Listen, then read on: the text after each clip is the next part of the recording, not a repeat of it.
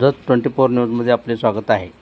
नमस्कार, आपण पाहताय जत 24 न्यूज। महाराष्ट्रासह कर्नाटक राज्यातील लाखो भाविकांचे श्रद्धास्थान असलेल्या श्री बिसलसिद्धेश्वर देवाची सोमवारी दिनांक 18 ऑगस्टपासून यात्रा। जत तालुक्यातील अचकनळी येथील जागृत व नवसाला पावणारे दैवत अशी सर्वदूर ख्याती असलेल्या श्री बिसलसिद्धेश्वर देवाची यात्रा श्रावण महिन्यातील शेवटच्या सोमवारी भरवण्यात येते। यावर्षी ही यात्रा सोमवार 18 ऑगस्ट रोजी भरत असून यात्रेची संपूर्ण तयारी झाली आहे।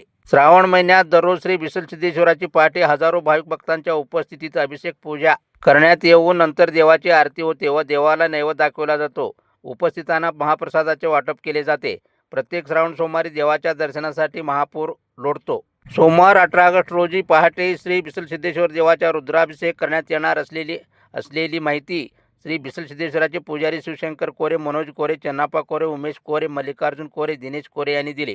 दिवसभर यात्रेनिमित्त विविध कार्यक्रमाचे आयोजन करण्यात आले असून यामध्ये पळण्याच्या स्पर्धा, सायकल स्पर्धा, जनावरे प्रदर्शन व निवड, धनगरी ओव्या स्पर्धा व कुस्तीचा आखाडा रंगणार आहे। यात्रेकरिता सांगली जिल्ह्याचे खासदार श्री विशाल पाटील, माजी आमदार श्री विक्रमसिंह सावंत, सांगली कृषी उत्पन्न बाजार समिती सभापती श्री सुजय नाना शिंदे, माजी सभापती श्री बाबासाहेब कोडक, पोलीस उपाधीक्षक श्री मोहन शिंदे, विक्रम शिंदे, अण्णाप्पा गुडोडगी, दिनेश कोरे हे मान्यवर उपस्थित राहणार आहेत।